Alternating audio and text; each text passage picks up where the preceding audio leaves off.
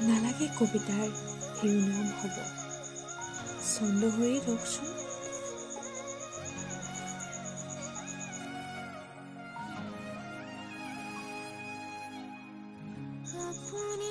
যিদিনাখন অনুভৱবোৰ ব্যক্ত কৰিবলৈ লওঁ, হয়তো সেইদিনাই শব্দবোৰেৰে আপোনাৰ কাহিনী লিখিম। হৃদয়ৰ দস্তাবেজত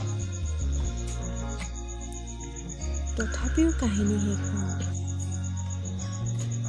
হয়তো ছন্দ মিলিব, কিন্তু অনুভৱৰ সীমনাত যেতিয়া শব্দবোৰেও অভিমান কৰিব ল'ব,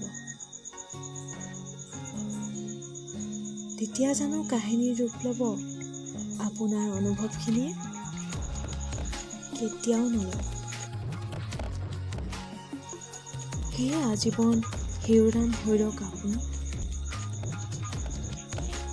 সাঁচি ৰাখিম সদায় আলফুলে হৃদয়ৰ দস্তাবেজত।